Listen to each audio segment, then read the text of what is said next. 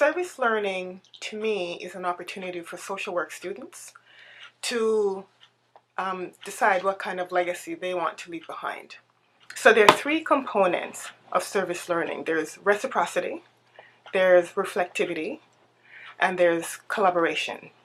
These are the three most important components because as social workers at times, because we really want to help, what we do is we go in with the intentions of helping without listening. Collaboration means students go inside the community and they determine with community members what the community needs. We don't decide what it needs and then go in and tell them what they need. Reciprocity means it's a two-way learning experience. So students learn and community members learn as well. Then the documentary that we were making for the project didn't go through, and we thought that we had failed and that the community wasn't working with us, but we actually weren't working with them at that time.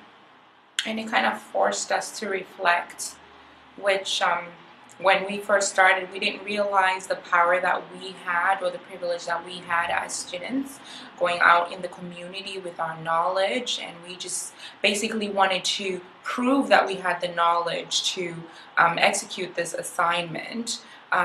But when we got rejected, it was sort of, we felt disrespected and we felt as if they were looking down on us and they found us incompetent. You know, when we discussed as a group, we came together and realized that, you know what, like maybe as students we were read wrong. Maybe they felt we were imposing an idea that they were not ready to receive.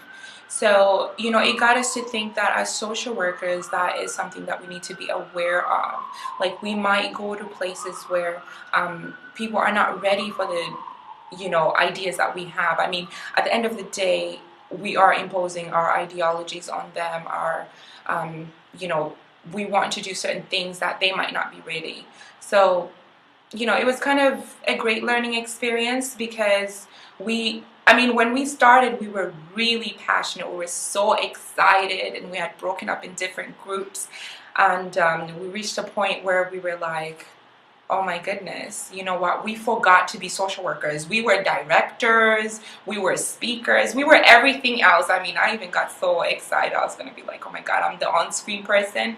So, you know, like it was a really great experience, and it humbled us as students, and it brought us back. It brought us back to being in like a social work mindset.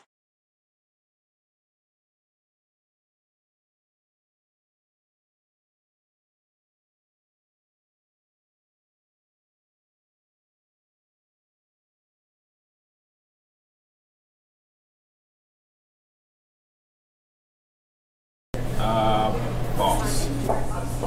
I think true. Not for free, but I do know that there are Aboriginal scholarships that you can get. I think true. I'm gonna say false in some cases.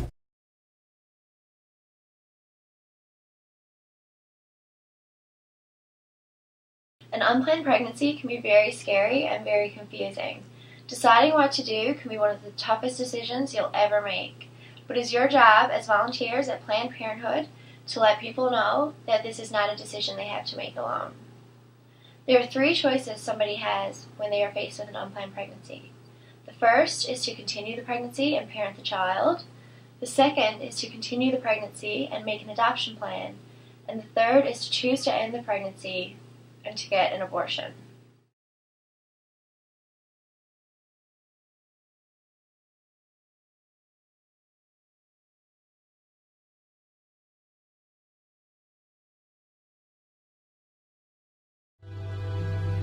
To say goodbye to you. Wish time could turn us back to yesterday. The gods above would look the